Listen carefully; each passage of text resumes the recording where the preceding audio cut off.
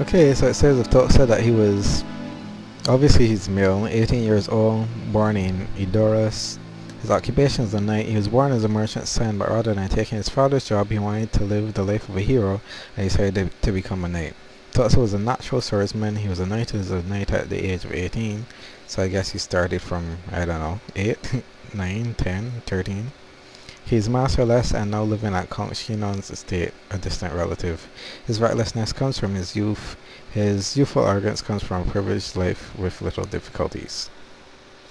And of Lacrima Christie, it says, well, I have to flip the page for that, don't I? So before I read about her, let me read about Mona. Mona Sarah Detart, a girl of destiny. Even though her life is turned into turmoil, she has a tender and warm heart. She's obviously female, 16 years old, unknown place of birth, and her occupation is druid. Although the book doesn't say it, she's half elf and half human. And Tulsa rescued her from a group of thieves, a very modest and trusting girl. This sort of spoiled the story in the manual, because that doesn't actually happen until chapter 3 or so, I think. Or episode 3. Well, you'll probably see it soon. And there are two Monas. There's Mola and there's Ella, but I think, oh well, I'll get back to that later. Anyhow, Lacrima Christie is a guardian of the law, a girl who is called a saint but carries a heavy burden due to her fate. 18 years old, born in Crossland, occupation strange warrior.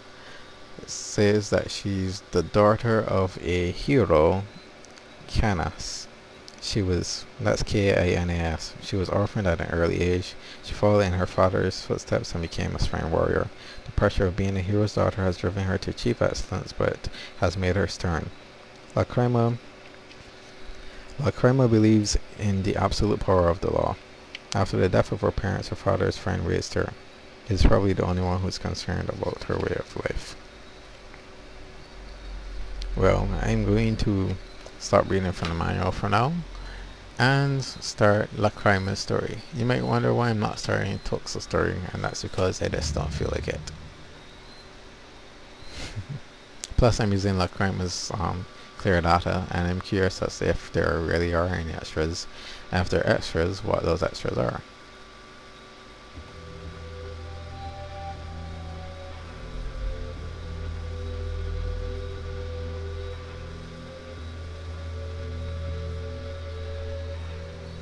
No, you can press select here to skip story mode, but I'm not going to do that because I want you guys to see this.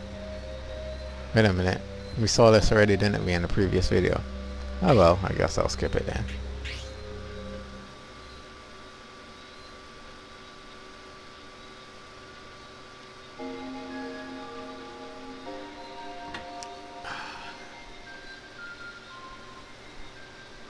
There's another story mode type thing, so you can skip this, but I'm not going to skip this one because this leads into battle. Although I could have viewed it through the archive mode, I didn't, so I'll just play through it, or watch through it.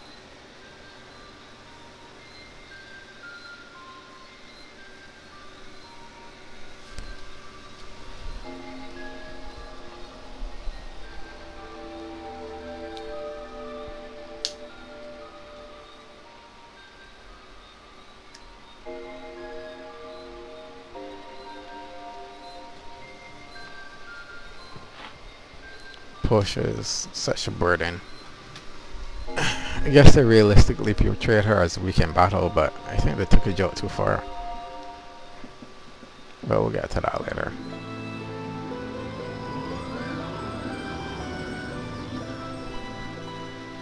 I'm experimenting with different settings with virtual dub, which is what I use to capture these videos.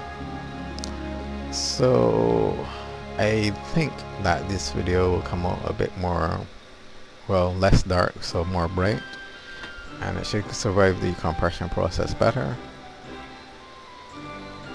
I'm a bit concerned by the fact that I can't figure out how to get it to automatically split stuff into 10-minute increments or something like that. I guess I could make it split into like maybe 30 meg increments,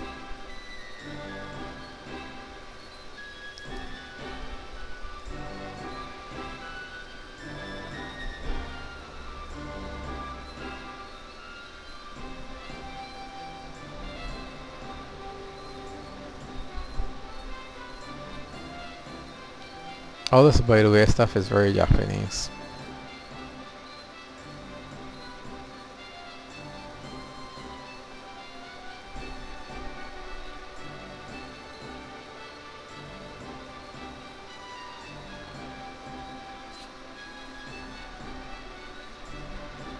I now see what they mean by the dialogue being awkward.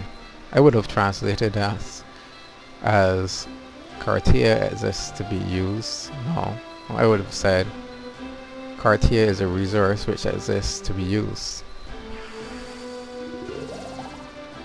at will. To emphasize how he feels that, you know, he's dominant over the Kartia and disregards it, doesn't think conserving it is an option or even a consideration.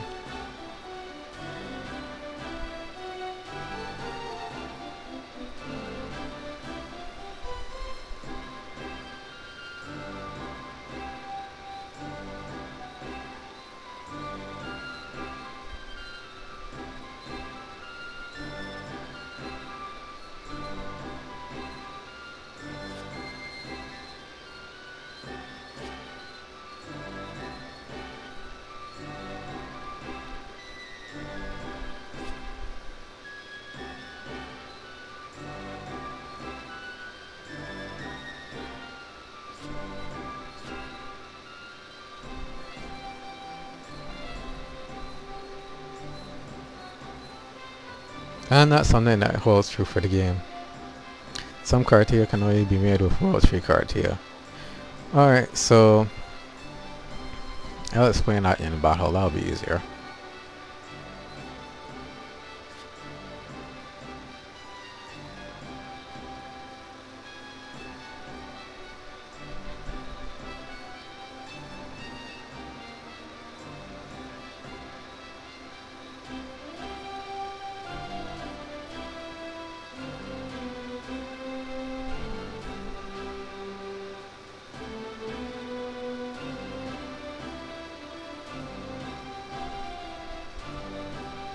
Now, Push is supposed to have some sort of medical license, but in the game, what that means is that she's just more restricted than the others in terms of the multiple combination slots. She doesn't actually have any advantages. It would be nice if, for example, her healing spells actually healed more or had a wider range. The wider range thing in particular would be very appropriate, so that she could stand back from the battle a bit.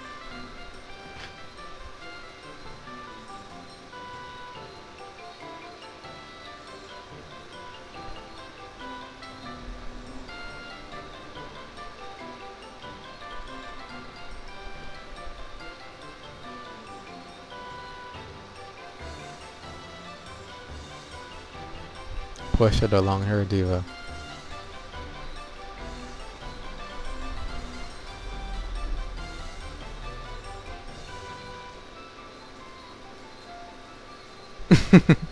Yeah, she's also very low self-esteem.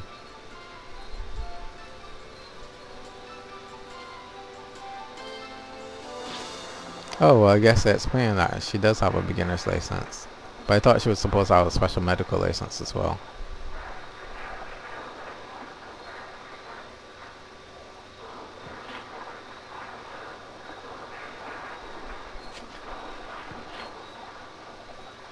And at any point you can skip, but if you skip it then you wouldn't know what the heck is going on.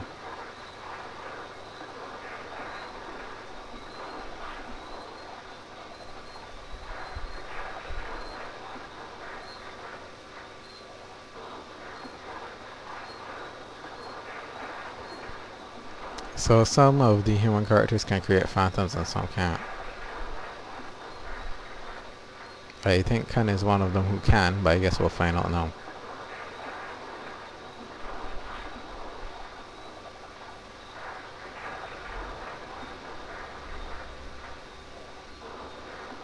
How heroic. They should have changed the music when he said that. That has nothing to do with it. People need help. You know, doesn't that sound heroic? I think it sounds heroic. Yeah.